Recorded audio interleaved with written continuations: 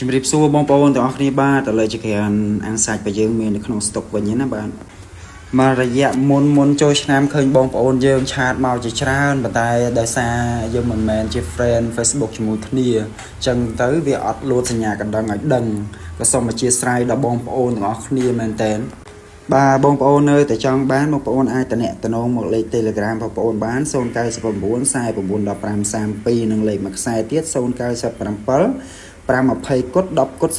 01ទាំងទាទាំងចក្រានគឺមានក្នុងស្តុកស្រាប់អត់ឲ្យបងប្អូនរងចាំទៀតទេអត់ឲ្យបងប្អូនថា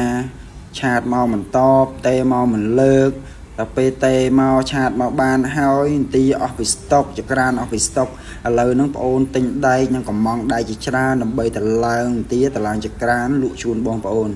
ចឹងសូមបញ្ជាក់បងប្អូនម្ដងទៀតសម្រាប់លេខ Telegram បងប្អូន099 49 15 32និងលេខ097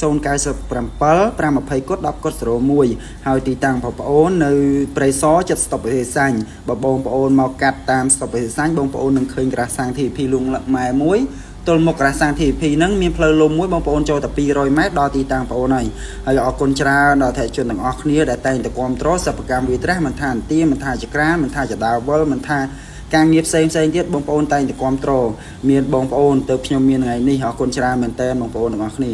ចា៎សូមបញ្ជាក់ម្ដងទៀតបងប្អូនណាសម្រាប់ចង្ក្រានតម្លៃវា$70សម្រាប់អន្ទាតម្លៃវា55